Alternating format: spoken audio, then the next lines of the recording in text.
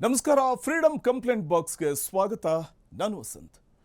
ವೀಕ್ಷಕರೇ, 123 ವರ್ಷಗಳ ಇತಿಹಾಸವಿರುವಂತಹ ಶಾಲೆ. ಆದರೆ ಈ ಶಾಲೆಗೆ ಇದೆಂಥ ದುರ್ಗತಿ.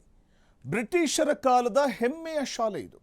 ಆದರೆ ಇವತ್ತು ಪುಂಡ ಪೋಖರಿಗಳ ಪಾಲಾಯ್ತಾ, ಪುಂಡ ಪೋಖರಿಗಳ ಅಡ್ಡೆ ಆಯ್ತಾ ಈ ಶಾಲೆ.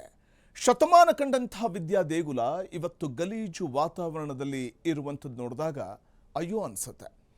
ವಿಜಯನಗರ ಸಾಮ್ರಾಜ್ಯ ಕಾಲದಲ್ಲಿ ಆ ನೆಲದಲ್ಲೇ ಇದೆಂಥ ನಿರ್ಲಕ್ಷ್ಯ. ವಿದ್ಯಾಕಾಶಿ ಆಗಬೇಕಾಗಿತ್ತು ವಿಜಯನಗರ ಸಾಮ್ರಾಜ್ಯದ ನೆಲದಲ್ಲಿರುವಂಥ ಈ ಒಂದು ಶಾಲೆ. ಆದರೆ ಇವತ್ತು ಕೇವಲ ಕಸದ ರಾಶಿಯಿಂದ ತುಂಬಿ ಹೋಗಿದೆ ವಿದ್ಯಾಕಾಶಿ ಆಗಬೇಕಿದ್ದಂಥ ಈ ಶಾಲೆ. ಇದ್ರ ಬಗ್ಗೆ ನಾವು ಇವತ್ತು ಫ್ರೀಡಮ್ ಕಂಪ್ಲೇಂಟ್ ಬಾಕ್ಸಲ್ಲಿ ಮಾತಾಡ್ತಾ ಹೋಗ್ತೀವಿ. ಇದೇ ಈ ಹೊತ್ತಿನ ವಿಶೇಷ ಫ್ರೀಡಮ್ ಕಂಪ್ಲೇಂಟ್ ಬಾಕ್ಸ್.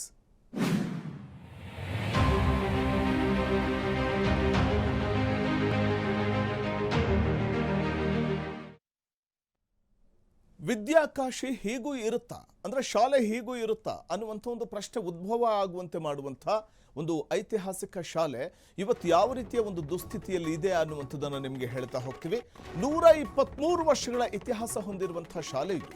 ಬ್ರಿಟಿಷರ ಕಾಲದ ಹೆಮ್ಮೆಯ ಶಾಲೆ ಇವತ್ತು ಪುಂಡ ಪೋಖರಿಗಳ ಅಡ್ಡೆ ಆಗಿದೆ. ಸ್ವಾತಂತ್ರ್ಯ ಬಂದು 78 ವರ್ಷ ದಾಟಿತು. ಹೀಗಿರುವಾಗ ಈ ಶಾಲೆ ಇವತ್ತು ಯಾವ ರೀತಿ ಇದೆ, ವಿದ್ಯಾಕಾಶಿ ಆಗಬೇಕಿದ್ದಂಥ ಐತಿಹಾಸಿಕ ಶಾಲೆ ಇವತ್ತು ಅಧೋಗತಿಯನ್ನು ತಲುಪಿದೆ. ಹಗಲಿನಲ್ಲಿ ಮಕ್ಕಳಿಗೆ ಪಾಠ, ರಾತ್ರಿ ಆದರೆ ಕುಡುಕರ ಬಾರಾಗಿ ಪರಿಣಮಿಸಿರುವಂಥದ್ದು. ಕತ್ತಲಾಗ್ತಿದ್ದ ಹಾಗೆ ಶುರುವಾಗುತ್ತಿಲ್ಲಿ ಅನೈತಿಕ ಚಟುವಟಿಕೆಗಳು. ಗುಟ್ಕಾ ತಿಂದು ಗೋಡೆಗೆ ಕಿಡಿಗೇಡಿಗಳು ಉಗುಳುವಂಥದ್ದು.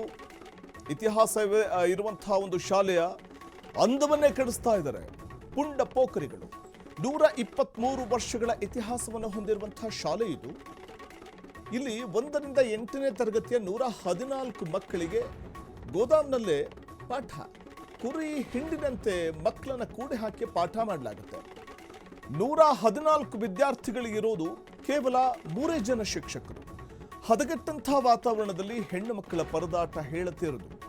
ಶಾಲೆಯ ಪೀಠೋಪಕರಣಗಳನ್ನು ಕೂಡ ಖದೀಮರು ಬಿಟ್ಟಿಲ್ಲ, ಅವನ್ನೂ ಹೊತ್ತೊಯ್ದಿದ್ದಾರೆ. ಕಳ್ಳರ ಪಾಲಾಗಿವೆ ಶಾಲೆಯ ಬೆಂಚ್ ಮತ್ತೆ ಡೆಸ್ಕ್ಗಳು. ನೆಟ್ಟಗೊಂದು ಬೀಗ ಇಲ್ಲ ಶಾಲೆಗೆ. ಕಟ್ಟಿ ಒಂದೇ ವಾರಕ್ಕೆ ಶೌಚಾಲಯ ಧ್ವಂಸ ಆಗಿ ಹೋಗಿದೆ. ಕಣ್ಣಿದ್ದು ಕೂಡ ಶಿಕ್ಷಣ ಇಲಾಖೆ ಕುರುಡಾಗಿದೆಯಾ ಅನ್ನುವಂಥ ಒಂದು ಪ್ರಶ್ನೆ ಉದ್ಭವ ಆಗುವಂತೆ ಮಾಡುತ್ತೆ. ಇದು ಹರಪನಹಳ್ಳಿ ಶಾಲೆಯ ದುಸ್ಥಿತಿಗೆ ಹಿಡಿದಂಥ ಒಂದು ಕೈಗನ್ನಡಿ. ನಮ್ಮ ಶಾಲೆ ನಮ್ಮ ಆಸ್ತಿ ಅನ್ನೋ ಘೋಷಣೆ ಕೇವಲ ಕಾಗದಕ್ಕಷ್ಟೇ ಸೀಮಿತವಾಗಿದೆ. ಬದಲಾಗ್ತಾ ಇಲ್ಲ ಹರಪನಹಳ್ಳಿ ಶಾಲೆಯ ಚಿತ್ರಣ. ಶಿಕ್ಷಣ ಇಲಾಖೆಯ ಕಾಯಕಲ್ಪಕ್ಕೆ ಕಾಯ್ತಾ ಇದೆ ಹೆಮ್ಮೆಯ ಶಾಲೆ. ಆದರೆ ಶಿಕ್ಷಣ ಇಲಾಖೆ ಅಧಿಕಾರಿಗಳೇ ಇನ್ನಾದರೂ ಎಚ್ಚೆತ್ತುಕೊಳ್ಳಿ. ಶಿಕ್ಷಣ ಇಲಾಖೆ ಅಧಿಕಾರಿಗಳಿತ್ತ ಗಮನ ಹರಿಸ್ತಾರಾ? ಪುಂಡರ ಮುಷ್ಟಿಯಿಂದ ಶತಮಾನದ ಶಾಲೆಯನ್ನ ಉಳಿಸಬೇಕಾದಂಥ ಒಂದು ಅನಿವಾರ್ಯತೆ ಇದೆ. ವೀಕ್ಷಕರೇ, ಶತಮಾನದ ಈ ಸರ್ಕಾರಿ ಶಾಲೆ, ಆ ಶಾಲೆಗೋಸ್ಕರ ವಿಶಾಲವಾದಂಥ ಸ್ಥಳಾವಕಾಶ ಇದೆ. ಹಳೆಯ ಕಟ್ಟಡಗಳಿವೆ, ಉತ್ತಮವಾದಂಥ ವಿಶಾಲವಾದ ಮೈದಾನ ಕೂಡ ಇದೆ. ಆದರೆ ಇದು ಹಗಲೊತ್ತು ಪುಂಡರ ಅಡ್ಡೆ ಆಗುತ್ತೆ. ರಾತ್ರಿ ಆದರೆ ಬಾರ್, ಅನೈತಿಕ ಚಟುವಟಿಕೆಗಳ ತಾಣವಾಗಿ ಮಾರ್ಪಡುತ್ತೆ. ಹಾಗಾದರೆ ಅದು ಎಲ್ಲಿ ಅಂತೀರಾ? ಬನ್ನಿ ಈ ಸ್ಟೋರಿ ನೋಡೋಣ.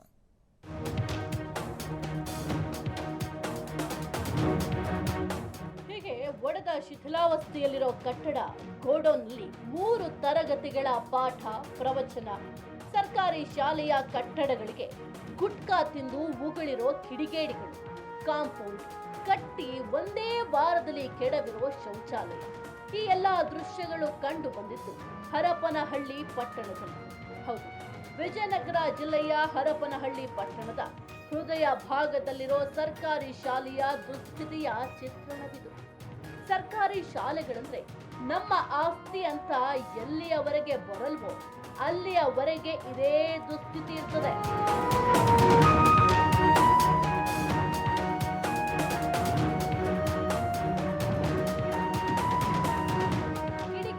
ಅಡ್ಡೆಯಾದ 123 ವರ್ಷದ ಇತಿಹಾಸ ಇರೋ ಶಾಲೆ. ರಾತ್ರಿ ಆದ್ರೆ ಬಾರ್, ಕಿಡಿಗೇಡಿಗಳ ಅನೈತಿಕ ಚಟುವಟಿಕೆ ಅಡ್ಡೆಯಾಗಿ ಬದಲಾಗ್ತಾ ಇದೆ. ಹಗಲೊತ್ತು ಶಾಲಾ ಆವರಣ, ಮಕ್ಕಳಿಗೆ ಪಾಠ ಪ್ರವಚನ ನಡೆಸಲಾಗುತ್ತದೆ. ರಾತ್ರಿ ಇದು ಅನೈತಿಕ ಚಟುವಟಿಕೆಗಳ ತಾಣವಾಗುತ್ತದೆ. ಈಗ ಸದ್ಯ ಅಧೋಗತಿಗೆ ತಲುಪಿದೆ ಬ್ರಿಟಿಷರು ನಿರ್ಮಿಸಿದ ಈ ಶಾಲೆ. ಕುರಿ ಹಿಂಡಿನಂತೆ ಮಕ್ಕಳನ್ನ ಕೂಡಿ ಹಾಕಿ ಗೋದಾಮಿನಲ್ಲಿ ಪಾಠ ಮಾಡಲಾಗುತ್ತಿದೆ. ಗುಟ್ಕಾ ತಿಂದು ಎಲ್ಲೆಂದರಲ್ಲಿ ಉಗುಳಿರೋ ಕಿಡಿಗೇಡಿಗಳಿಂದ ಶಾಲೆಯ ಗೋಡೆ ಗಲೀಜಾಗಿದೆ. ಸರ್, ಇಲ್ಲಿ ಮೇನ್ ಸ್ಕೂಲ್ ಅಂತ ಇದು. ಮೇನ್ ಸ್ಕೂಲ್ನಾಗ ಎಲ್ಲ ಓದೋರಿಗೆ ಮಕ್ಕಳಿಗೆ ಸ್ವಲ್ಪ ತೊಂದರೆ ಇದೆ ಸರ್. ನೀವು ಎಲ್ಲರೂ ದೊಡ್ಡ ಮನುಷ್ಯರಿಗೆ ಹತ್ರನೂ ಹೋಗ್ಬೇಕಿದ್ವು, ಎಲ್ಲರಿಗೆ ಹೋಗಿ ಸ್ವಲ್ಪ ಎಲ್ಲ ಇಲ್ಲಿ ಬಗೆಹರಿಸ್ಕೊಳ್ಬೇಕಂತ ಮಾಡ್ತೀವಿ. ಇಲ್ಲಿ ಪಾನ್ ಪರಕ ಎಲ್ಲ ತಿನ್ನು ಎಲ್ಲ ಹುಡ್ದಾರ ಜನ ಹುಡುಗರು ಎಲ್ಲ ಕುತ್ಕೊಂಡ್ ರಾತ್ರಿ ಮಟನ್ ಅಲ್ಟೆ ಹೊಡಿತಾರ. ಸ್ವಲ್ಪ ರಾತ್ರಿ ಒಂದು ಇದು ಮಾಡ್ರಿ, ದಿನಕ್ಕೆ ಎಲ್ಲ ಕ್ಲೀನ್ ಮಾಡ್ರಿ, ಹುಡುಗರಿಗೆ ಒಂದು ಓದಕ್ಕೆ ಒಂದು ಅವಶ್ಯಕತೆ ಮಾಡಿಕೊಡ್ರಿ ಅಂತ ನಮ್ದು ಒಂದು ಇದು ಐತಿ ಸರ್.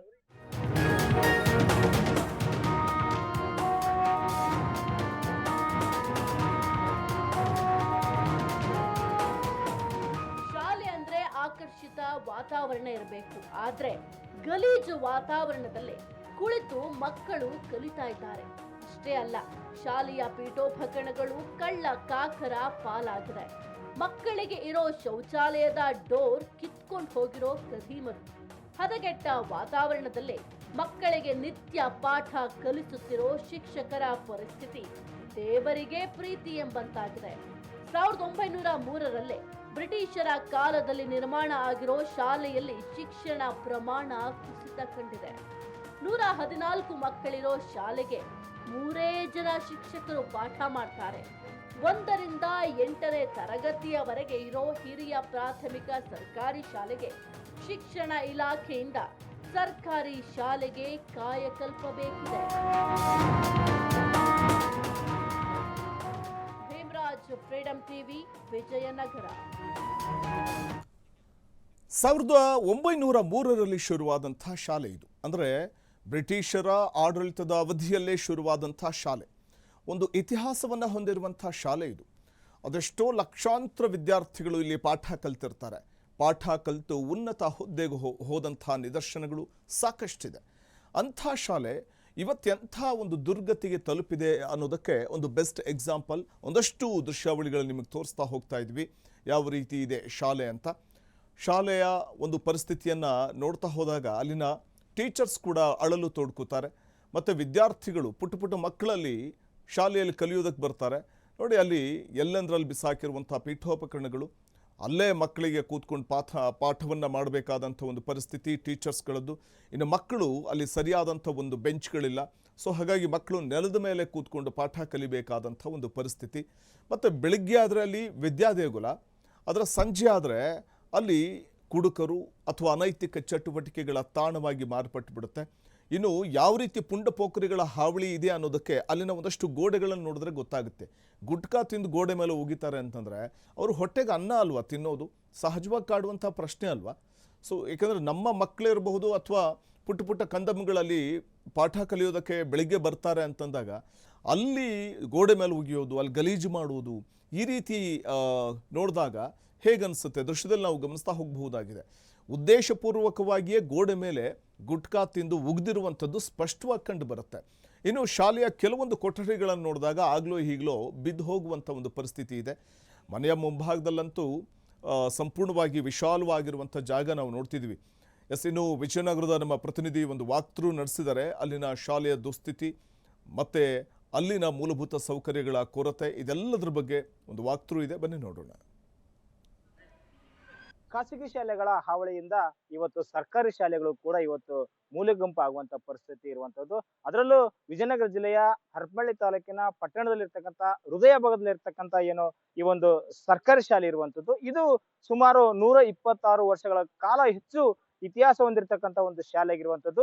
ಈ ಶಾಲೆ ಸುಮಾರು 1903ನೇ ಇಸ್ವಿಯಲ್ಲಿ ಕೂಡ ಈ ಒಂದು ಸರ್ಕಾರಿ ಶಾಲೆ ಅಂದಿನ ಬ್ರಿಟಿಷ್ ಅಧಿಕಾರಿಗಳು ಕೂಡ ಈ ಗ್ರಾಮದ ಮಕ್ಕಳಿಗೆ ಒಂದು ವಿದ್ಯಾಭ್ಯಾಸ ಕೊಡುವ ನಿಟ್ಟಿನಲ್ಲಿ ಒಂದು ಶಾಲೆಯನ್ನ ಓಪನ್ ಮಾಡ್ತಾರೆ. ಆದ್ರೆ ಇವತ್ತು ಅಧಿಕಾರಿಗಳ ನಿರ್ಲಕ್ಷ್ಯ ಮತ್ತು ಜನಪ್ರತಿನಿಧಿಗಳ ನಿರ್ಲಕ್ಷ್ಯದಿಂದಾಗಿ ಇವತ್ತು ಇಂಥ ಒಂದು ಇತಿಹಾಸ ಹೊಂದಿರತಕ್ಕಂಥ ಒಂದು ಶಾಲೆಗಳೇನಿದೆ ಇವತ್ತು ಮೂಲೆ ಗುಂಪಾಗಿರುವಂತದ್ದು. ಅಂದ್ರೆ ಯಾವುದೇ ರೀತಿಯಿಂದ ಜೀರ್ಣೋದ್ಧಾರ ಮಾಡ್ತಕ್ಕಂಥದ್ದಾಗಿರ್ಲಿ, ಇನ್ನೊಂದು ರೀತಿಯ ಒಂದು ಸ್ಮಾರಕ ರೀತಿಯಲ್ಲಿ ಕೂಡ ಇವತ್ತು ಪಳವಳಿಕೆಯಾಗಿ ಉಳಿಸಬಹುದಾಗಿತ್ತು.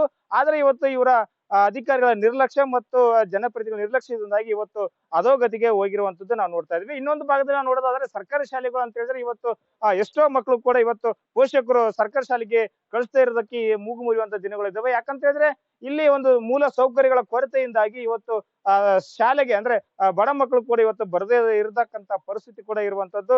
ಇನ್ನೊಂದು ನಾವು ಮುಂದಿನ ಭಾಗದಲ್ಲಿ ನೋಡೋದಾದ್ರೆ ಇಲ್ಲಿ ಒಂದು ಈ ಒಂದು ಶಾಲೆಯಲ್ಲಿ ಸುಮಾರು ಸರ್ಕಾರಿ ಹಿರಿಯ ಪ್ರಾಥಮಿಕ ಶಾಲೆಯಲ್ಲಿ ಸುಮಾರು 125 ಮಕ್ಕಳು ಕೂಡ ವಿದ್ಯಾಭ್ಯಾಸವನ್ನ ಇಲ್ಲಿ ಮಾಡ್ತಾ ಇದ್ರೆ. ಅದರಲ್ಲಿ ಈ ಕೊಠಡಿಗಳ ಕೊರತೆಯಿಂದಾಗಿ ಇವತ್ತು ಏನೋ ಒಂದು ಗೋದಾಮು ಅಂತಂದೇಳಿ ಒಂದು ಕಟ್ಟಡ ಇರುವಂತದ್ದು. ಅಂದ್ರೆ ಇದರಲ್ಲಿ ಕೂಡ ಇವತ್ತು ಮಕ್ಕಳನ್ನ ಕೂಡಿಸಿ ಇವತ್ತು ಓದಿಸುವಂತ ಪರಿಸ್ಥಿತಿ ಇರುವಂತದ್ದು. ಯಾಕಂತಂದ್ರೆ ಇಲ್ಲಿ ಅಧಿಕಾರಿಗಳ ನಿರ್ಲಕ್ಷ್ಯ ಮತ್ತು ಜನಪ್ರತಿನಿಧಿಗಳ ನಿರ್ಲಕ್ಷ್ಯ ಹಿಡಿದ ಕೈಗನ್ನಡಿ ಅಂತ ಹೇಳಿದ್ರು ಕೂಡ ತಪ್ಪಾಗ್ಲಿಕ್ಕಿಲ್ಲ. ಯಾಕಂದ್ರೆ ಅವರು ನಿಜವಾಗ್ಲೂ ಮುತುವರ್ಜಿ ವಹಿಸಿದ್ರೆ ಇವತ್ತು ಈ ಸರ್ಕಾರಿ ಶಾಲೆಯ ಮಕ್ಕಳಿಗೆ ಈ ದುಸ್ಥಿತಿ ಬರ್ತಿದ್ದಿಲ್ಲ ಅಂತಾನೆ ಹೇಳ್ಬೋದು.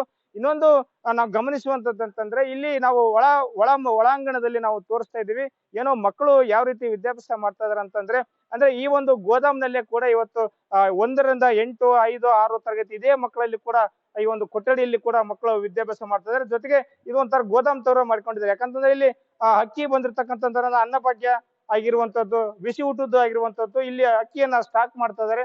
ಹಾಗಾಗಿ ಎಲ್ಲ ಕೂಡ ವಿದ್ಯಾಭ್ಯಾಸ ಮತ್ತು ಇನ್ನಿತರ ಪರಿಕರಗಳನ್ನ ಇಡ್ಲಿಕ್ಕೆ ಕೂಡ ಇದೇ ಒಂದು ಕಟ್ಟಡ ಕೂಡ ವ್ಯವಸ್ಥೆ ಮಾಡ್ಕೊಂಡಿದ್ದಾರೆ. ಆದ್ರೆ ಇನ್ನೊಂದು ಒಟ್ಟಾರೆಯಾಗಿ ಇಲ್ಲಿ ನಾವು ಇನ್ನೊಂದು ಗಮನಿಸುವಂತದ್ದಂತಂದ್ರೆ ಇಲ್ಲಿ ಈ ಅಧಿಕಾರಿಗಳು ಸರಿಯಾದ ರೀತಿಯಿಂದ ನಿರ್ವಹಣೆ ಮಾಡದೆ ಮತ್ತು ಆಸಕ್ತಿ ತೋರಿಸದೇ ಇರೋದ್ರಿಂದ ಇವತ್ತು ಪುಂಡರು ಕೂಡ ಇವತ್ತು ಈ ಒಂದು ಸರ್ಕಾರಿ ಶಾಲೆಗೆ ಬಂದು ಇವತ್ತು ಗುಟ್ಕ ಅಂದ್ರೆ ಪಾನ್ ಮಸಾಲ ಉಗಿದು ಹೋಗಿರುವಂತದ್ದನ್ನ ನಾವು ನೋಡ್ತಾ ಇದೀವಿ. ಯಾಕಂತಂದ್ರೆ ಇಲ್ಲಿನ ಒಂದು ಅಧಿಕಾರಿಗಳು ಸೂಕ್ತ ರೀತಿಯಲ್ಲಿ ಒಂದು ಶಾಲೆಗೆ ಒಂದು ಭದ್ರತೆಯನ್ನ ಕೊಡ್ತಕ್ಕಂಥ ಕೆಲಸ ಮಾಡಬೇಕು. ಆದ್ರೆ ಈ ತರ ವ್ಯವಸ್ಥೆ ಇತ್ತಂತಂದ್ರೆ ಮಕ್ಕಳು ಹೇಗೆ ವಿದ್ಯಾಭ್ಯಾಸ ಮಾಡ್ತಾರೆ ಅನ್ನೋದು ಕೂಡ ಒಂದು ಪ್ರಶ್ನೆ ಕಾಡುವಂತದ್ದು. ಆದ್ರೆ ಇನ್ನೊಂದು ನಾವು ಇಲ್ಲಿ ಗಮನಿಸುವಂತದ್ದು ಏನಂತಂದ್ರೆ ಇಲ್ಲಿ ಒಂದು ಪಾನ್ ಪರಾಗ ತಿಂದು ಎಲ್ಲಿ ಬೇಕಲ್ಲಿ ಉಳಿದಿರ್ತಕ್ಕಂಥ ಎರಡು ಬದಿ ಕೂಡ ಇಂಥ ಮಕ್ಕಳಲ್ಲಿ ನಾವು ಎಷ್ಟು ಮಟ್ಟಿಗೆ ಶಿಕ್ಷಣವನ್ನ ಕೊಡಿಸ್ಲಿಕ್ಕೆ ಸಾಧ್ಯ ಆಗುತ್ತೆ ಅನ್ನೋದು ಕೂಡ ನಾವು ಇಲ್ಲಿ ಪ್ರಶ್ನೆ ಮಾಡ್ತಕ್ಕಂಥದ್ದು. ಆದ್ರೆ ಇನ್ನೊಂದು ಇಲ್ಲಿ ಒಂದು ಸುಮಾರು 125 ಮಕ್ಕಳು ಕೂಡ ವಿದ್ಯಾಭ್ಯಾಸ ಮಾಡ್ತಾ ಇದಾರೆ. ಇಲ್ಲಿ ಒಟ್ಟಾರೆಯಾಗಿ ಈ ಒಂದು ಗಮನಿಸುವುದಂತ ಏನಂತ ಹೇಳಿದ್ರೆ ಇಲ್ಲಿ ಈ ಒಂದು ಸರ್ಕಾರಿ ಶಾಲೆಯಲ್ಲಿ ಉತ್ತಮ ಶಿಕ್ಷಣ ಕೊಡುವ ಜವಾಬ್ದಾರಿ ಜನಪ್ರತಿನಿಧಿಗಳು ಮತ್ತು ಅಧಿಕಾರಿಗಳ ಕರ್ತವ್ಯ ಆಗಿರುವಂತದ್ದು. ಯಾಕಂತಂದ್ರೆ ಇಲ್ಲಿ ಬರ್ತಕ್ಕಂಥದ್ದು ಬಡ ಮಕ್ಕಳು ಬರ್ತಾ ಇದಾರೆ. ಹಾಗಾಗಿ ಅವ್ರಿಗೆ ಉನ್ನತ ವಿದ್ಯಾಭ್ಯಾಸ ಕೊಡಬೇಕಾಗಿದೆ ಅಂತಂದೇಳಿ ಈ ಭಾಗದ ಜನರು ಕೂಡ ಒತ್ತಾಯವನ್ನ ಮಾಡ್ತಾ ಇದ್ದಾರೆ. Bhimraj, freedom TV, Vijayanagara. ನಾವು ದೃಶ್ಯದಲ್ಲಿ ಗಮನಿಸ್ತಾ ಇದ್ವಿ ಯಾವ ರೀತಿ ಪರಿಸ್ಥಿತಿ ಇದೆ ಅಂತ. ಆಗ್ಲೂ ಈಗಲೂ ಬಿದ್ದೋಗಿರುವಂತಹ ಗೋಡೆಗಳು, ಕೆಲವು ಕಡೆ ಅಂತೂ ಕಲ್ಲುಗಳೇ ಬಿದ್ದೋಗಿದೆ. ಬ್ರಿಟಿಷರ ಕಾಲದಲ್ಲಿ ಕಲ್ಲಲ್ಲೇ ಕಟ್ಟಲ್ಪಟ್ಟಿರುವಂತಹ ಒಂದು ಕಟ್ಟಡ ಇದು. ಆದರೆ ಕೆಲವು ಭಾಗಗಳಲ್ಲಿ ಕಟ್ಟಡ ಬಿದ್ದೋಗಿದೆ. ಮತ್ತು ಅದೇ ಕಟ್ಟಡದಲ್ಲಿ ಮಕ್ಕಳಿಗೆ ಪಾಠ ಮಾಡ್ತಾ ಇರುವಂಥದ್ದು. ಇನ್ನು ಶಿಥಿಲಾವಸ್ಥೆ ತಲುಪಿರುವಂತಹ ಒಂದು ಶಾಲೆಯ ಕೆಲವು ಗೋಡೆಗಳು ಮಳೆ ಬಂದಂತಹ ಸಂದರ್ಭದಲ್ಲಿ ನೀರು ಹಿಡಿದು ಆ ಗೋಡೆ ಕೂಡ ಸಂಪೂರ್ಣವಾಗಿ ಈ ಸಂದರ್ಭದಲ್ಲಿ ಒಂದು ಮಣ್ಣಿನ ಗೋಡೆ, ಅದರ ಜೊತೆಗೆ ಇಟ್ಟಿಗೆ ಅಥವಾ ಕಲ್ಲನ್ನು ಬಳಸಿರ್ತಾರೆ. ಆ ಗೋಡೆಗಳು ಕೂಡ ಸಂಪೂರ್ಣ ನೀರಿನಿಂದ ಶೀತ ಆವರಿಸ್ಕೊಂಡಿರುವಂಥದ್ದು ಗೋಡೆಗೆ, ಅದನ್ನು ಗಮನಿಸ್ತಾ ಇದ್ದೀವಿ. ಇನ್ನು ಗುಟ್ಕಾ ತಿಂದು ಅಲ್ಲಿ ಉಗಿದಿರ್ತಾರೆ, ಮಕ್ಕಳು ಅಲ್ಲೇ ಓಡಾಡಬೇಕು. ಇನ್ನು ಆ ಶಾಲೆ ಏನಿದೆ, ಶಾಲೆಯಲ್ಲೇ ಕೆಲವೊಂದು ಥಿಂಗ್ಸ್ಗಳು ಅಂದರೆ ಮುರಿದು ಹೋಗಿರುವಂಥ ಪೀಠೋಪಕರಣಗಳು ಅವೆಲ್ಲವನ್ನು ಕೂಡ ಮೂಲೆ ಬಿಸಾಕಿದ್ದಾರೆ. ಅಲ್ಲೇ ಪಾಠ ಮಾಡಬೇಕು. ಪಕ್ಕದಲ್ಲಿ ಒಂದಷ್ಟು ಅಕ್ಕಿ ಒಂದು ಮೂಟೆಗಳನ್ನು ಶೇಖರಿಸಿಟ್ಟಿರುವಂಥದ್ದು, ಅಲ್ಲೇ ಎಣೆ ಇಟ್ಟಿರುವಂಥದ್ದು.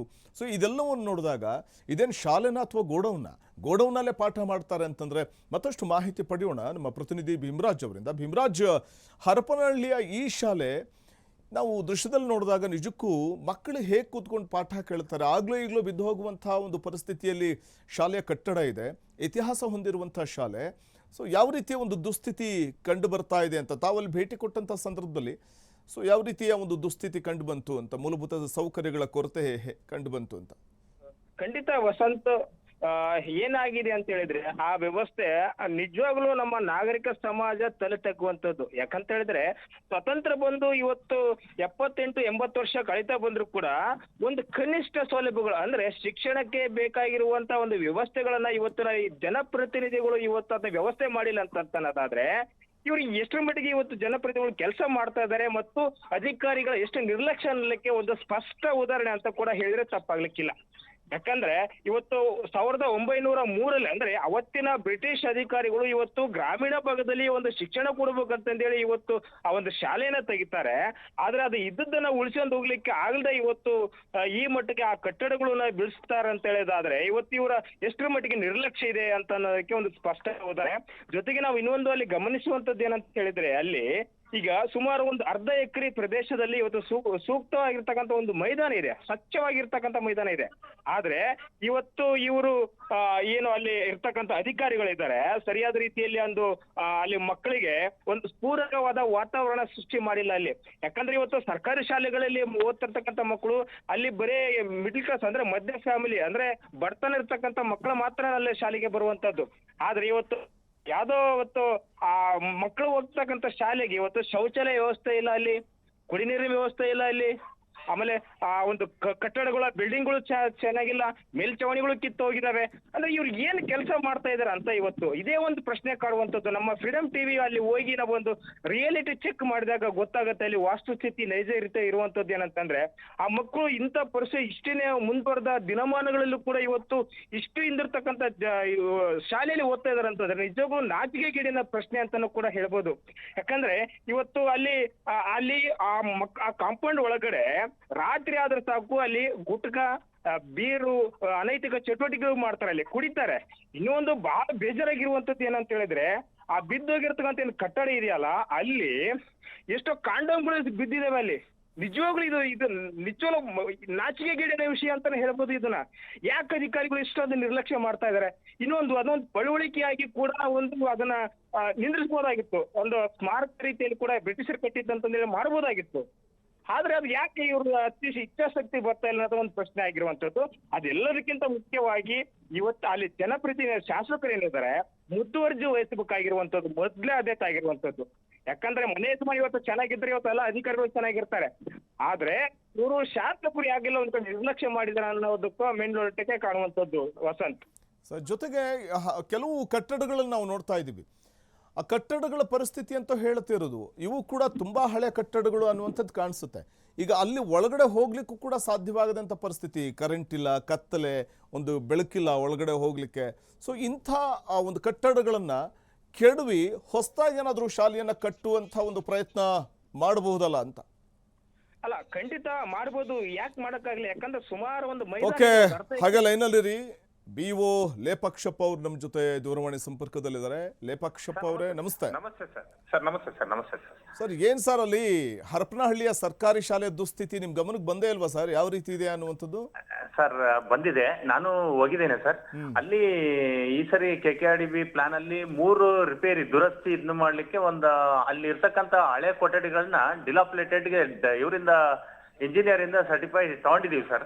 ಅದನ್ನ ಈಗ ಡೆಮಾಲಿಷ್ ಮಾಡ್ಲಿಕ್ಕೆ ಕ್ರಮ ವಹಿಸಿದೀವಿ ಸರ್. ಅದನ್ನ ಮೊನ್ನೆ ಬಂದಾಗ ಸ್ನೇಹಿತರು ಬಂದಿದ್ರು ಸರ್, ಮೀಡಿಯಾ ಸ್ನೇಹಿತರು, ಅವ್ರ ಜೊತೆನೂ ಹಂಚಿಕೊಂಡಿದ್ದೆ.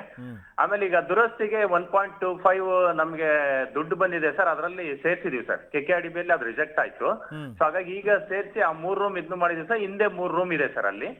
ಇನ್ನು ಉಳಿದಂತೆ ಒಂದು ಸಮುದಾಯ ಭವನ ಇದೆ ಸರ್. ಇನ್ನು ಉಳಿದ ರೂಮ್ಸ್ ಎಲ್ಲ ಡೆಮಾಲಿಷ್ ಮಾಡ್ಬಿಟ್ಟು ಅದನ್ನ ಇದನ್ನು ಮಾಡ್ಲಿಕ್ಕೆ ಕ್ರಮ ವಹಿಸ್ತಾ ಇದೀವಿ ಸರ್. ಸರ್ ಅಲ್ಲಿ ನಾವು ದೃಶ್ಯಾವಳಿಯಲ್ಲಿ ಗಮನಿಸಿದ ಹಾಗೆ ಯಾವ ರೂಮು ಕೂಡ ನೆಟ್ಟಗಿಲ್ಲ, ನೀವು ದುರಸ್ತಿ ಮಾಡೋ ಹಾಗೆ ಇಲ್ಲ, ಹೊಸದಾಗಿ ಕಟ್ಟಲೇಬೇಕಾದಂತ ಒಂದು ಅನಿವಾರ್ಯ ಪರಿಸ್ಥಿತಿ ಇದೆ, ಆ ರೀತಿ ಇದೆ ಕಟ್ಟಡ. ಸರ್ ಈಗ ಅದು ದುರಸ್ತಿಗೆ ಬರುತ್ತೆ, ಎಂಜಿನಿಯರ್ ಸರ್ಟಿಫೈ ಮಾಡಿದ್ದಾರೆ ಸರ್. ಅದು ಬರ್ಲಿಲ್ಲ ಅಂತ ಹೇಳಿದ್ರೆ ಖಂಡಿತ ಅದನ್ನ ರೂಮ್ ಈ ಸರಿ KKRDB ಅಲ್ಲಿ ಮೇಡಮ್ ಅವ್ರ ಗಮನಕ್ಕೆ, MLA ಶಾಸಕರ ಗಮನಕ್ಕೂ ತಂದಿದೀವಿ ಸರ್. ಅವರು ಆಯ್ತು ಅದ್ ಏನ್ ನೀಡಿದೆಯಾ ಅದನ್ನ ಮಾಡಿ ಅಂತ ಹೇಳಿದಾರೆ ಸರ್. ಖಂಡಿತ ಅದಕ್ಕೆ ಕ್ರಮ ವಹಿಸ್ತೀವಿ ಸರ್. 123 ವರ್ಷದ ಕಟ್ಟಡ ಸರ್, ಬ್ರಿಟಿಷರ ಕಾಲದಲ್ಲಿ ಕಟ್ಟಲ್ಪಟ್ಟಂತಹ ಕಟ್ಟಡ ಇವತ್ತಿಗೂ ಕೂಡ ಈಗಲೂ ಅದೇ ಪರಿಸ್ಥಿತಿಯಲ್ಲಿದೆ ಅಂತಂದಾಗ ಸರ್ ಇದು ಎಷ್ಟೋ ಜನಗಳ ಕನಸಾಗಿರುತ್ತೆ, ಹೊಸ ಒಂದು ಶಾಲೆ ಬರಬೇಕು, ಮಕ್ಕಳಿಗೆ ವಿದ್ಯಾಭ್ಯಾಸಕ್ಕೆ ಅನುಕೂಲ ಆಗ್ಬೇಕು ಅಂತ. ಯಾಕಿನ್ನೂ ಕೂಡ ಇಷ್ಟೊಂದು ನಿರ್ಲಕ್ಷ್ಯ ಅಂತ ಇಷ್ಟು ವರ್ಷ ಆದ್ರೂ? ಇಲ್ಲ ಸರ್, ಅದು ನಿರ್ಲಕ್ಷ್ಯ ಅಂತಲ್ಲ ಸರ್. ಈಗ ಮಕ್ಕಳ ಸಂಖ್ಯೆ ಬೇಸ್ ಮೇಲೆ ಕೊಠಡಿಗಳು ಕೇಳಬೇಕು. ಬಟ್ ಅಲ್ಲಿ ಮುಖ್ಯ ಶಿಕ್ಷಕರಿಗೂ ಸಹ ನಾನು ಇದನ್ನ ಮಾಡಿ ಸುಮಾರು ಒಂದು 4-5 ಸಾರಿ ಭೇಟಿ ಕೊಟ್ಟಿದ್ದೀನಿ ಸರ್. ಆಮೇಲೆ ಅಲ್ಲಿರ್ತಕ್ಕಂಥ ಕೌನ್ಸಿಲರ್ಸ್ ಎಲ್ಲ ಅಲ್ಲೇ ಕರೆಸಿ ಅವ್ರ ಜೊತೆನೂ ಇದನ್ನ ಮಾಡಿ ಅಲ್ಲೊಂದ್ ಸ್ವಲ್ಪ ಅಲ್ಲಿ ಕೋಆಪರೇಟ್ ಮಾಡ್ಬೇಕು ಜನಗಳು, ದಯವಿಟ್ಟು ನೀವೇ ಹೇಳಿ ಅಂತ ಹೇಳಿ ಅವ್ರಿಗೆಲ್ಲ ರಿಕ್ವೆಸ್ಟ್ ಮಾಡಿದೀನಿ ಸರ್. ಅದಾದ್ಮೇಲೆ ಆ 3 ಕೊಠಡಿ ಏನಿತ್ತಲ್ಲ ಅದಕ್ಕೆ ವಾಲಂಟಿಯರ್ ಆಗಿ ಯಾರೋ ಒಬ್ಬ NGO ಬಂದು ಅದಕ್ಕೆ ಪೇಂಟ್ ಮಾಡಿಸ್ಕೊಟ್ಟಿದ್ರು ಸರ್. ಈಗ ಅದಕ್ಕೆ ನಮ್ ಕೌನ್ಸಿಲರ್ಸ್ ಜೊತೆನೂ ಮಾತಾಡಿದೀನಿ ಸರ್. ಅದಕ್ಕೆ ದಯವಿಟ್ಟು ಸರ್ ಅಲ್ಲೊಂದು ಮೀಟಿಂಗ್ ಮಾಡಿ ಅದನ್ನೆಲ್ಲ ಕ್ಲೀನ್ ಮಾಡಿಸೋ ವ್ಯವಸ್ಥೆ ಮಾಡೋಣ, ಶಾರ್ಟ್ಲಿ ಈ ವಾರದಲ್ಲೇ ಮಾಡೋಣ ಅಂತ ಹೇಳಿದೀನಿ ಸರ್. ಒಂದ್ 15 ದಿವಸದೊಳಗಾಗಿ ನಾನು ಅದನ್ನ ಕ್ರಮ ವಹಿಸಿ ಎಲ್ಲ ಅಪ್ಡೇಟ್ ಮಾಡ್ತೀನಿ ಸರ್. ಲೇಪಾಕ್ಷಪ್ಪ ಅವರೇ, ದೊಡ್ಡ ದುರಂತ ಅಂದ್ರೆ ನೋಡಿ, ಬೆಳಿಗ್ಗೆ ಅಲ್ಲಿ ಶಾಲೆ ನಡೆಯುತ್ತೆ, ಸಂಜೆ ಆಗ್ತಿದ್ದ ಹಾಗೆ ಅನೈತಿಕ ಚಟುವಟಿಕೆಗಳ ತಾಣ ಆಗುತ್ತೆ, ಕಾಂಡೋಮ್ಸ್ ಬಿದ್ದಿರುತ್ತೆ, ಅಲ್ಲಿ ಎಣ್ಣೆ ಅಂದ್ರೆ ಮದ್ಯಪಾನ ಮಾಡುವಂಥದ್ದು, ಗುಟ್ಕಾ ಹಾಕೊಂಡು ಗೋಡೆ ಮೇಲೆ ಉಗ್ದಿರೋದು, ಇದೆಲ್ಲ ನೋಡಿದಾಗ ಮಕ್ಕಳು ಹೇಗೆ ಆ ವಾತಾವರಣದಲ್ಲಿ ಪಾಠ ಕಲಿತಾರೆ ಅಂತ ಇದು ನಿಮ್ ಗಮನಕ್ಕೆ ಬರಲ್ವಾ? ಇಲ್ಲ ಖಂಡಿತ ಸರ್, ಅದು ನಾನು ಒಪ್ಕೊಂಡಿದ್ದೀನಿ ಸರ್, ಇಲ್ಲ ಅಂತ ಹೇಳ್ತಾ ಇಲ್ಲ ಸರ್. ಅದನ್ನ ನಮ್ಮ ರಕ್ಷಣಾ ಇಲಾಖೆ ಅವ್ರಿಗೂ ಗಮನಕ್ಕೂ ತಂದಿದ್ದೀನಿ ಸರ್. ಈಗ ಒಂದ್ ಪತ್ರ ನಿನ್ನೆ ಕಳ್ಸಿದ್ದೀನಿ ಸರ್. ಅದಕ್ಕೆ ದಯವಿಟ್ಟು ಅದನ್ನ ಇದು ಮಾಡಿ ಅಲ್ಲಿ ಒಂದ್ಸರಿ ತಾವೊಂದು ಬೀಟ್ ಮಾಡಿದ್ರೆ ಅಲ್ಲಿ ಯಾವ್ದೇ ರೀತಿ ಬೇರೆ ಜನ ಬರಲ್ಲ ಅನ್ನೋದನ್ನು ರಿಕ್ವೆಸ್ಟ್ ಮಾಡಿದೀನಿ ಸರ್. ಅವರು ಕೋಆಪರೇಟ್ ಮಾಡ್ತಾರೆ. ಅಲ್ಲ, ಈ ರೀತಿಯಾಗಿ ಸಂಜೆ ಆಗ್ತಿದ್ದ ಹಾಗೇನೆ ಒಂದ್ ರೀತಿ ಅನೈತಿಕ ಚಟುವಟಿಕೆಗಳ ತಾಣ ಆಗ್ಬಿಡುತ್ತೆ ಅಂತಂದ್ರೆ, ಸೊ ಒಂದು ಪೊಲೀಸ್ ಕಂಪ್ಲೇಂಟ್ ಕೊಟ್ಟು ಅಂಥವ್ರು ಒದ್ದು ಒಳಗಾಕೋ ಕೆಲಸ ಆಗ್ಬೇಕಲ್ಲ ಸರ್? ಎಸ್ ಸರ್, ಇಲ್ಲ ಸರ್, ಅದನ್ನ ರಿಕ್ವೆಸ್ಟ್ ಮಾಡಿದೀನಿ ಸರ್. ಅವರು ಇವತ್ತು ಬೆಳಿಗ್ಗೆ ನಿನ್ನೆ ಹೋಗಿ ಬಂದಿದ್ದಾರೆ ಸರ್. ಇವತ್ತಿನಿಂದ ಅವರು ಕಂಟಿನ್ಯೂಸ್ ಬೀಟ್ ಮಾಡ್ತೀವಿ ಅಂತ ಹೇಳಿದಾರೆ ಸರ್. ಪಾಪ PSI ಆಗ್ಲಿ CPI ಆಗ್ಲಿ ಅದಕ್ಕೆ ಒಪ್ಕೊಂಡಿದ್ದಾರೆ ಸರ್. ನಾನು ಒಂದು ರಿಟರ್ನ್ ಲೆಟರ್ ಅನ್ನ ಇವತ್ತು ಕೊಡ್ತಿದ್ದೀನಿ ಸರ್ ಅವ್ರಿಗೆ. ಲೇಪಾಕ್ಷಪ್ಪ ಅವರೇ, ತಾವು BEO ಆಗಿದ್ದೀರಿ. ನಾವು ಸರ್ಕಾರಿ ಶಾಲೆ ಅಂದ್ರೆ ಕೈ ಮುಗಿದು ಒಳಗೆ ಬನ್ನಿ ಅನ್ನುವಂಥದ್ದು ವಾಡಿಕೆ. ಆದ್ರೆ ಇಲ್ಲಿ ಪೋಷಕರು ಮಕ್ಕಳನ್ನ ಕರ್ಕೊಂಡು ಬಂದು ಶಾಲೆಗೆ ಸೇರಿಸ್ಬೇಕು ಅಂದ್ರೆ ಒಂದು ಶಾಲೆಯ ಪರಿಸ್ಥಿತಿ ನೋಡ್ಬಿಟ್ಟೆ ವಾಪಸ್ ಕರ್ಕೊಂಡು ಹೋಗುವಂತ ಸ್ಥಿತಿ ಇದೆಯಲ್ಲ. ಸೊ ಅದಕ್ಕೇನೆ ಸರ್ಕಾರಿ ಶಾಲೆ ಅಂದ್ರೆ ಮೂಗ್ ಮುರಿಯೋದು ಅನ್ನುವಂಥದ್ದು ಬಹುಶಃ ಇದೇ ಕಾರಣಕ್ಕ ಅಂತ. ಇಲ್ಲ ಸರ್, ಅಲ್ಲಿ ಒಂದು ಸಬ್ಮಿಷನ್ ಸರ್ ತಮ್ಗೆ ಏನಾಗಿದೆ ಅಂದ್ರೆ, ಆ ಓಲ್ಡ್ ಸ್ಟೂಡೆಂಟ್ಸ್ ಅಲ್ಲಿ ಓದಿದ್ರು ಆಕ್ಚುಲಿ ಅದು ಮುಂದೆ ಮುಗ್ಬಾಗದ್ದು ಸರ್. ಅದನ್ನೆಲ್ಲ ಪೂರ್ತಿ ನಾವು ಕೆಡವಲಿಕ್ಕೆ ಅವರು ಇಲ್ಲ ನಾವು ಓದಿದ ಶಾಲೆ ಅದು ಅಂತ ಹೇಳಿ ಒಂದ್ ಸ್ವಲ್ಪ ಓಲ್ಡ್ ಸ್ಟೂಡೆಂಟ್ಸ್ ಎಲ್ಲ ಅಬ್ಜೆಕ್ಷನ್ ಮಾಡ್ತಾರೆ ಸರ್. ಆಕ್ಚುಲಿ ಅದನ್ನ ಮುಂಭಾಗದ ಕೆಡವಿದ್ರೆ ನಮ್ಗೆ ವಿಶಾಲವಾಗಿ ಆಟದ ಮೈದಾನ ಎಲ್ಲ ಸ್ವಚ್ಛತೆಯಿಂದ ಇಟ್ಕೊಳ್ಳಿಕ್ಕೆ ಅನುಕೂಲ ಆಗುತ್ತೆ ಸರ್.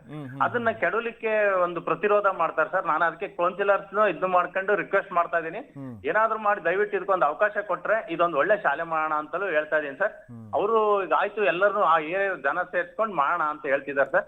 ಅದನ್ನ ನೋಡೋಣ ಸರ್. ಇನ್ನೂ ಒಂದ್ಸರಿ ನಾನು ನಾಳೆ, ಇವತ್ತು ಒಂದು ಮೀಟಿಂಗ್ ಇದೆ ಸರ್, ನಾಳೆ ಅವ್ರನ್ನೆಲ್ಲ ಸೇರ್ಸ್ಕೊಂಡು ಇದು ಮಾಡ್ತೀನಿ ಸರ್. ಸರ್, ಹಳೆ ವಿದ್ಯಾರ್ಥಿಗಳು ಹೇಳೋದ್ರಲ್ಲಿ ತಪ್ಪಿಲ್ಲ, ಆದ್ರೆ ಹಳೆ ನೆನಪುಗಳು ಇರಬೇಕು ನಿಜ. ಆದ್ರೆ ಶಾಲೆ ಕಟ್ಟಡವೇ ಬಿದ್ದೋಗುವಂತ ಪರಿಸ್ಥಿತಿ ಇದೆ ಅಂತಂದಾಗ ಮಕ್ಕಳ ಜೀವನೂ ನೋಡ್ಬೇಕಲ್ಲ ಸರ್. ಒಂದು ಜೀವನೇ ಅಲ್ವಾ?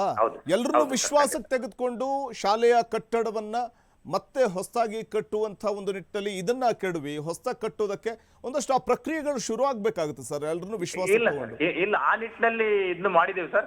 ನಮ್ ಶಾಸಕರು ಅಲ್ಲಿಗೆ ಎಷ್ಟು KKRDB ಅನುದಾನ ಕೊಡ್ತೀನಿ ಅದೆಷ್ಟು ನೀವು ಪ್ಲಾನ್ ಮಾಡ್ಕೊಂಡು ಇದು ಮಾಡಿ ಅಂತ ಹೇಳಿದಾರೆ ಸರ್. ನಾನು 100% ಅದಕ್ಕೆ ಕ್ರಮ ವಹಿಸಿ ಇದನ್ನು ಮಾಡ್ತೀನಿ ಸರ್. ನಮ್ಮ ಇಲಾಖಾ ನಿಯಮಾನುಸಾರ ಇಲಾಖಾ ನಿರ್ದೇಶನದ ಮೇರೆಗೆ ಖಂಡಿತ ಅದನ್ನ ಅಪ್ಡೇಟ್ ಮಾಡಿ ಅಲ್ಲಿ ಒಂದು ಒಳ್ಳೆ ವ್ಯವಸ್ಥೆ ಆಗೋ ಹಾಗೆ ನಾನು ಮಾಡ್ತೀನಿ ಸರ್. ಓಕೆ, ಇನ್ನ ತಹಶೀಲ್ದಾರ್ ಗಿರೀಶ್ ಬಾಬು ನಮ್ಮ ಜೊತೆ ದೂರವಾಣಿ ಸಂಪರ್ಕದಲ್ಲಿದ್ದಾರೆ. ಗಿರೀಶ್ ಬಾಬು ಅವರೇ ನಮಸ್ತೆ. ನಮಸ್ತೆ. ಗಿರೀಶ್ ಬಾಬು ಅವರೇ, ತಮ್ಮ ಗಮನಕ್ಕೆ ಏನಾದರೂ ಬಂದಿದೆಯಾ ಶಾಲೆಯ ಈ ಹರಪನಹಳ್ಳಿ ಶಾಲೆಯ ದುಸ್ಥಿತಿ ಹೇಗಿದೆ, ಏನು ಎತ್ತ? ತಾವೇನಾದ್ರೂ ಹೋಗಿ ಬಂದಿದೆ. ನಾನು ಈ ಬಗ್ಗೆ ಅಲ್ಲೇ BO ಅವರಿಗೆ ಸೂಚನೆ ನೀಡಿದ್ದೇನೆ. ಅಲ್ಲಿ ಯಾವ್ದೇ ಮತ್ತೆ ಡೆಮಾಲಿಷನ್ ಆಗ್ಲ್ದಂಗೆ ಮತ್ತೆ ಯಾವ್ದೇ ರೀತಿ ಅಲ್ಲಿಗೆ ಒಂದು ಭಾವನೆ ಧಕ್ಕೆ ಆಗ್ಲ್ದಂಗೆ ಅವರು ಇಲಾಖೆಯೊಂದಿಗೆ ಮೇಲಧಿಕಾರಿಗಳನ್ನು ಸಂಪರ್ಕಿಸಿ ಸೂಕ್ತ ಕ್ರಮ ಕೈಗೊಳ್ಳಲು ಈಗ ಆಲ್ರೆಡಿ ತಿಳಿಸೀನಿ. ಈ ಬಗ್ಗೆ ಮಾನ್ಯ ಶಾಸಕರೊಂದಿಗೂ ಚರ್ಚೆ ಮಾಡಿ ಅನುದಾನದ ಬಗ್ಗೆ ಅವ್ರ ಗಮನಕ್ಕೂ ತಂದು ಸೂಕ್ತ ಕ್ರಮ ಕೈಗೊಳ್ಳಲು ಅವರು BO ಅವ್ರ ಜೊತೆಗೂ ನಾನು ಆಲ್ರೆಡಿ ಮಾತಾಡಿದ್ದೀನಿ. ಮೊನ್ನೆ BO ಲೈನ್ ಅಲ್ಲೇ ಇದ್ದಾರೆ. BO ಗಿರೀಶ್ ಬಾಬು ಅವರು ಮಾತಾಡ್ಬೋದು ತಾವು. ಲೇಪಾಕ್ಷಪ್ಪ ಅವರೇ ಸರ್ ನಮಸ್ತೆ ಸರ್. ನಮಸ್ತೆ ಸರ್. ನಮಸ್ತೆ. ಈಗ ಅದು ಬಾಣಗೆರೆ ಸ್ಕೂಲ್ ಇದೆಯಲ್ಲ, ಅದನ್ನ ನಿಮ್ಮ ಇವರಿಗೆ ಆಯುಕ್ತರು ಮತ್ತೆ DDP ಅವ್ರ ಗಮನಕ್ಕೆ ತಂದು ಯಾವ ರೀತಿ ಮಾಡ್ಬೋದು ಮತ್ತೆ ಅಲ್ಲಿ ಜನರುಗಳು ಏನ್ ಹೇಳ್ತಾರೆ ಅದನ್ನೆಲ್ಲ ತಿಳ್ಕೊಂಡು ಹೇಳಿದ್ದೆ ನಾನು ಮೊನ್ನೆ ನಿಮ್ಗೆ. ಇನ್ನೊಂದ್ಸತಿ ಕೌನ್ಸಿಲರ್ ಜೊತೆನೂ ಮಾತಾಡಿದೀನಿ ಸರ್. ಅವರು ನಾಳೆ ಒಂದ್ ಮೀಟಿಂಗ್ ಮಾಡ್ತೀವಿ ಸರ್. ಅಲ್ಲೇ ತಾವು ಒಂದ್ಸರಿ ಬಂದ್ರೆ ಅಲ್ಲಿ ಕುತ್ಕೊಂಡು ಮಾತಾಡಿ ಅಲ್ಲಿ ಇದು ಮಾಡೋಣ. ದಯವಿಟ್ಟು ಲೇಪಾಕ್ಷಪ್ಪ ಅವರು ಖಂಡಿತ ಸರ್, ಖಂಡಿತ. ಗಿರೀಶ್ ಬಾಬು ಅವರೇ, ಈಗ ಅಲ್ಲಿನ ಶಾಲೆ ನೋಡಿದಾಗ ನಾವು ಹೇಳಬಾರ್ದು, ಬೇಜಾರಾಗುತ್ತೆ. ಅಲ್ಲಿ ದನದ ಕೊಟ್ಟಿಗೆ ಕೂಡ ನಿರ್ಮಾಣ ಮಾಡ್ಲಿಕ್ಕೆ ಸಾಧ್ಯ ಇಲ್ಲ, ಅಂದ್ರೆ ದನನ ಕಟ್ಟೋಕ್ಕೂ ಕೂಡ ಸಾಧ್ಯ ಇಲ್ಲ. ಆ ರೀತಿಯ ಒಂದು ಪರಿಸ್ಥಿತಿಯಲ್ಲಿದೆ. ಇನ್ನು ಮಕ್ಕಳು ಹೇಗೆ ಅಲ್ಲಿ ಓಡಾಡಬೇಕು? ಅಪಾಯಕ್ಕೆ ಆಹ್ವಾನ ಕೊಡುವಂತಿದೆ. ಏನಾದ್ರೂ ಗೋಡೆ ಕುಸ್ತು ಬಿದ್ರೆ ಮಕ್ಕಳ ಮೇಲೆ ಬಿದ್ದುಬಿಟ್ರೆ ಪರಿಸ್ಥಿತಿ ಏನು ಅಂತ? ಇಲ್ಲ, ಅದ್ರ ಬಗ್ಗೆ ನಾನು ತಿಳಿಸಿನಿ. ನನ್ ಗಮನಕ್ಕೆ ಬಂದ ತಕ್ಷಣ ಲಾಸ್ಟ್ ವೀಕ್ ಅವ್ರಿಗೆ 3 days ಬ್ಯಾಕ್ ತಿಳಿಸಿದೀನಿ. ಅವ್ರ ಕ್ರಮ ಕೈಗೊಳ್ತೀನಿ ಶೀಘ್ರವಾಗಿ ಅಂತ ತಿಳಿಸ್ಯಾರೆ. ಈಗ ಅಲ್ಲಿ ಯಾವ್ದೇ ರೀತಿ ಅವ್ರ ಸ್ಕೂಲ್ ನಡೆಸಲ್ದಂಗ ಮತ್ತೆ ಬೇರೆ ಕಡೆಗೆ ಅರೇಂಜ್ ಮಾಡಕ್ ನಾನು ಈಗ ಹೇಳ್ತೀನಿ ಅವ್ರಿಗೆ. ಈಗ ಸದ್ಯಕ್ಕೆ ಮಕ್ಕಳಿಗೆ ಅಲ್ಲಿ ನಿಜಕ್ಕೂ ಈಗ ಒಂದು ಮಳೆಗಾಲದ ಸಂದರ್ಭದಲ್ಲಿ ಒಂದ್ ಕಡೆ ಮಳೆ ಬಂತು ಅಂತಂದ್ರೆ ಯಾವ ಗೋಡೆ ಹೇಗೆ ಕುಸ್ತು ಬೀಳುತ್ತೆ ಅಂತಾನೆ ಹೇಳಕ್ ಬರಲ್ಲ. ಆಮೇಲೆ ಗಿರೀಶ್ ಬಾಬು ಅವರು ನಿಮ್ ಗಮನಕ್ಕೆ ಬಂದಿದೆಯೋ ಇಲ್ವೋ, ಬೆಳಿಗ್ಗೆ ಮಾತ್ರ ಅಲ್ಲಿ ಪಾಠ ನಡೀತೆ, ಸಂಜೆ ಆಗ್ತಿದ್ದ ಹಾಗೇನೆ ಅನೈತಿಕ ಚಟುವಟಿಕೆಗಳ ತಾಣ ಆಗುತ್ತೆ, ಕಾಂಡೋಮ್ಗಳು ಸಿಗುತ್ತೆ ಅನ್ನುವಂತ ಮಾತನ್ನು ಹೇಳ್ತಾರೆ ನಮ್ಮ ವರದಿಗಾರರು. ಆ ಬಗ್ಗೆ ಇದಿಲ್ಲ, ನಾನು ಪೊಲೀಸ್ ಇಲಾಖೆಯವರೊಂದಿಗೆ ಗಸ್ತ್ ಮಾಡೋದಕ್ಕೆ ಹೇಳ್ತೀನಿ ಅವ್ರಿಗೂ. ದಯವಿಟ್ಟು ಈ ವಿಚಾರದಲ್ಲಿ ನೋಡಿ, ಆ ಗೋಡೆ ಮೇಲೆ ಗುಟ್ಕಾ ತಿಂದು ಗೋಡೆ ಮೇಲೆ ಒಗಿಯೋದು, ಮಕ್ಕಳು ಅಲ್ಲೇ ಪಾಠ ಕೇಳೋದು, ಅಲ್ಲೇ ಓಡಾಡೋದು, ಏನ್ ಸರ್ ಇದು ಪರಿಸ್ಥಿತಿ? ಇದು ಮಕ್ಕಳಿಗೆ ಒಂದು ಉತ್ತಮವಾದಂತಹ ಶಿಕ್ಷಣ ಸಿಗ್ಬೇಕು ಅಂತಂದಾಗ ಕೊಠಡಿ ಕೂಡ ಉತ್ತಮವಾಗಿರ್ಬೇಕಲ್ಲ ಸರ್? ನಮ್ಮ ಪರಿಸರನೂ ಸ್ವಚ್ಛವಾಗಿದ್ರೆ ಅವ್ರ ಮನಸ್ಸು ಪಾಠ ಕಲಿಯಕ್ಕೆ ನಿಜ ಇಷ್ಟಪಡುತ್ತೆ. ನಿಜ ನಿಜ ಹೌದು. ಆಯ್ತು, ಈ ಬಗ್ಗೆ ನಾನು ಪೊಲೀಸ್ನವ್ರದ್ದು ಮತ್ತೆ ಇವ್ರು BO ಜೊತೆಗೂ ಒಂದು ಸಭೆ ಮಾಡಿ ಇವತ್ತೇ ಅವರಿಗೆ ಒಂದು ಸಾಯಂಕಾಲ, ಮಧ್ಯಾಹ್ನ ಮತ್ತು ಸಾಯಂಕಾಲ ಹೊತ್ತು ಗಸ್ತು ಮಾಡೋದಕ್ಕೆ ಹೇಳ್ತೀನಿ ಅವ್ರಿಗೆ. ದಯವಿಟ್ಟು ಶಾಲೆಯ ಕಟ್ಟಡ ನೋಡಿ, ಕೆಲವು ಕಡೆ ನಾವು ನೋಡ್ತಿದ್ವಿ ಈ ಶಾಲೆಯ ಕಟ್ಟಡದ ಗೋಡೆಗಳಿದೆಯಲ್ಲ ಸರ್, ಆ ಗೋಡೆಗಳು ಈ ಶಿಥಿಲಾವಸ್ಥೆ ತಲುಪಿರುವಂಥದ್ದು, ಮಳೆ ಬಂದಂತಹ ಸಂದರ್ಭದಲ್ಲಿ ನೀರು ಶೀತ ಆವರಿಸ್ಕೊಂಡ ಗೋಡೆ ಹೆಂಗಾಗುತ್ತೋ ಆ ರೀತಿ ಇದೆ. ಮತ್ತು ಆ ಗೋಡೌನ್ನಲ್ಲಿ ಪಾಠ ಮಾಡ್ತಿದ್ದಾರೆ ಸರ್. ಅಲ್ಲಿ ಗೋಡೌನ್ನಲ್ಲಿ ಅಲ್ಲೇ ಒಂದಷ್ಟು ಫರ್ನಿಚರ್ಗಳು, ಮುರಿದೋಗಿರುವಂಥ ಪೀಠೋಪಕರಣಗಳ ಒಂದು ಸೈಡ್ ಹಾಕ್ಕೊಳ್ತಾರೆ, ಮತ್ತೊಂದು ಸೈಡಲ್ಲಿ ಚೀಲಗಳು, ಸೊ ಅಕ್ಕಿ ಚೀಲ ಅವನ್ನೆಲ್ಲ ಅಲ್ಲಿ ಶೇಖರಿಸಿಟ್ಟಿರುವಂಥದ್ದು, ಏಣಿ ಅವನ್ನೆಲ್ಲ ಇಟ್ಟಿದ್ದಾರೆ. ಅಂಥ ಪರಿಸ್ಥಿತಿಯಲ್ಲಿ ಮಕ್ಕಳು ಪಾಠ ಕಲಿಬೇಕಲ್ಲ ಸರ್? ಕೇಳ್ತೀನಿ. ಹಾ ಲೇಪಾಕ್ಷಪ್ಪರೇ, ಇಲ್ಲ ಸರ್, ಅದನ್ನ ಸರ್ ಈ ದಿನ ಅದೇನಿದೆ ಅದನ್ನ ಅಪ್ಡೇಟ್ ಮಾಡ್ತೀನಿ ಸರ್. ಮಾಡ್ರಿ. ಆತರ ಏನಾದ್ರು ಬೇರೆಯವರು ಪಬ್ಲಿಕ್ಸ್ ಏನಾದ್ರು ಸ್ಟಾರ್ಟ್ ಮಾಡೋದು ನನ್ನ ಗಮನಕ್ಕೆ ಅಂದ್ರೆ ನಾನು ಪೊಲೀಸ್ನವ್ರಿಗೆ ಹೇಳಿ ಅದು ವೆಕೇಟ್ ಮಾಡಿಸ್ತೀನಿ ನಾನು. ಎಸ್ ಸರ್, ನನಗೆ ದಯವಿಟ್ಟು ಸರ್ ಅದೊಂದು ಅವರು ಪಬ್ಲಿಕ್ಸ್ ಅದನ್ನ ಡೆಮಾಲಿಷ್ ಮಾಡ್ಲಿಕ್ಕೆ ಯಾವ್ದು ಅಡ್ಡಿ ಮಾಡ್ದಂಗೆ ಅದೊಂದು ಕೋಆಪರೇಟ್ ಮಾಡಿ ಸರ್. ನಾನು ಉಳಿದಾಗೆ ಅದನ್ನ ಚಾಲೆಂಜ್ ತಗೊಂಡು ತುಂಬಾ ಚೆನ್ನಾಗಿ ಮಾಡ್ಲಿಕ್ಕೆ ವ್ಯವಸ್ಥೆ ಮಾಡ್ತೀನಿ ಸರ್. ಓಕೆ. ಗಿರೀಶ್ ಬಾಬು ಅವರೇ, ಹಳೆ ಸ್ಟೂಡೆಂಟ್ಗಳು ಹೇಳ್ತಾರಂತೆ, ಸೊ ನಮ್ಮ ಹಳೆಯ ನೆನಪುಗಳ ಹಾಗೆ ಉಳಿಬೇಕು ಅಂತಂದ್ರೆ ಮುಂದೆ ಕೆಲವೊಂದು ಕಟ್ಟಡ ಹಾಗೆ ಬಿಡಿ ಅಂತ ಹೇಳ್ತಿದಾರಂತೆ. ಆದ್ರೆ ಎಲ್ಲರೂ ವಿಶ್ವಾಸಕ್ಕೆ ತೆಗೆದುಕೊಂಡು ಮನವೊಲಿಸಿದಾಗ ಮಾತ್ರ ಒಂದು ಅಲ್ಲಿ ಕಟ್ಟಡ, ಹಳೆ ಕಟ್ಟಡ ಕೆಡೋಕ್ ಸಭೆ ಸಾಧ್ಯ. ಮಾಡ್ತೀವಿ, ಸಭೆ ಮಾಡಿ ಮತ್ತೆ ತಜ್ಞರನ್ನು ಕರೆಸ್ತೀವಿ. ಈಗ ನಾವು ಎಕ್ಸ್ಪರ್ಟ್ ಅಲ್ಲಲ್ಲ ಅದ್ರ ಬಗ್ಗೆ.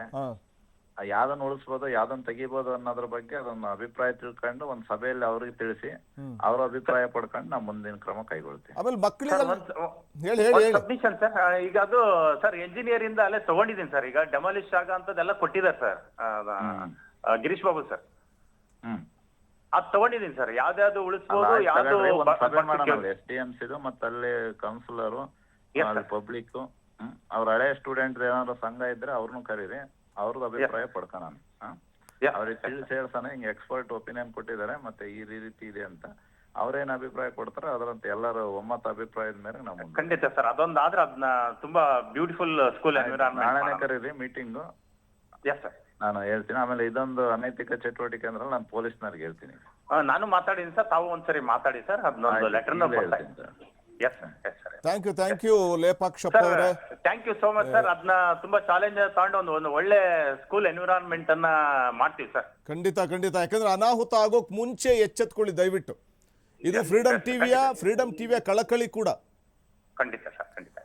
Thank you Girish Babu sir. Thank you. ದಯವಿಟ್ಟು ಮೊದಲು ಅತ್ತ ಗಮನ ಹರಿಸಿದ್ದೆ ಆದರೆ, ಅನಾಹುತಗಳು ಆಗೋಕ್ಕೂ ಮುಂಚೆ ಎಚ್ಚೆತ್ಕೊಂಡಿದ್ದೆ ಆದರೆ, ಸೊ ಖಂಡಿತವಾಗ್ಲೂ ಒಂದು ಹೊಸ ಶಾಲೆಯನ್ನು ಅಥವಾ ಹೊಸ ಕಟ್ಟಡವನ್ನು ನಿರ್ಮಾಣ ಮಾಡಲಿಕ್ಕೆ ಸಾಧ್ಯ ಆಗುತ್ತೆ. ಹರಪನಹಳ್ಳಿ ಶಾಲೆ ದುಸ್ಥಿತಿಯ ಕುರಿತಾಗಿ ಫ್ರೀಡಮ್ ಟಿವಿ ವಿಸ್ತೃತವಾದ ವರದಿಯನ್ನ ಬಿತ್ತರಿಸಿದ ಹಿನ್ನೆಲೆಯಲ್ಲಿ ಶಾಲೆಯ ನವೀಕರಣಕ್ಕೆ ಈಗಾಗಲೇ ನಿರ್ಧಾರ ಮಾಡಿದ್ದೀವಿ ಅಂತ BO ಮತ್ತು ತಹಶೀಲ್ದಾರ್ ಹೇಳ್ತಾ ಇದ್ರು. ಭರವಸೆಯನ್ನು ಕೊಟ್ಟರು ಫ್ರೀಡಮ್ ಟಿವಿಗೆ. 123 ವರ್ಷಗಳ ಹಳೆಯ ಶಾಲೆ ಆಗಿರುವ ಹಿನ್ನೆಲೆಯಲ್ಲಿ ಸಮಸ್ಯೆಯಾಗಿದೆ. ಐತಿಹಾಸಿಕವಾದ ಶಾಲೆ ಆಗಿರೋದ್ರಿಂದ ನವೀಕರಣಕ್ಕೆ ನಾವು ನಿರ್ಧಾರ ಮಾಡಿದ್ದೀವಿ. ಮೂಲ ಶಾಲೆಗೆ ಯಾವುದೇ ಧಕ್ಕೆ ಆಗದಂತೆ ನಿಗಾ ವಹಿಸ್ತೇವೆ ಅನ್ನುವಂಥ ಮಾತನ್ನು ಹೇಳ್ತಾ ಇದು ಫ್ರೀಡಮ್ ಟಿವಿಯ ಬಿಗ್ ಇಂಪ್ಯಾಕ್ಟ್. ಇದು ಇವತ್ತೇ ಸಭೆ ಮಾಡಿ ಪುಂಡರ ವಿರುದ್ಧ ಕ್ರಮವನ್ನು ತೆಗೆದುಕೊಳ್ತೇವೆ ಅಂತ ಕೂಡ ಹೇಳ್ತಾ ಇದ್ದಾರೆ. ಹರಪನಹಳ್ಳಿ ಶಾಲೆಯ ಒಂದು ಪರಿಸ್ಥಿತಿಯ ಕುರಿತಾಗಿ, ಅಲ್ಲಿನ ಶಾಲೆಯಲ್ಲಿ ಯಾವ ರೀತಿ ಮೂಲಭೂತ ಸೌಕರ್ಯಗಳ ಕೊರತೆ ಇದೆ, ಶೌಚಾಲಯ ಇಲ್ಲ, ಮತ್ತೊಂದು ಕಡೆ ಸರಿಯಾಗಿ ಗೋಡೆಗಳು ಕೂಡ ಬಿರುಕು ಬಿಟ್ಟಿರುವಂಥದ್ದು, ಅಂದರೆ ಕಟ್ಟಡಗಳೇ ಸರಿಯಾದ ದುಸ್ಥಿತಿಯೇ ತಲುಪಿರುವಂಥದ್ದು ನಾವು ನೋಡ್ಬೋದು.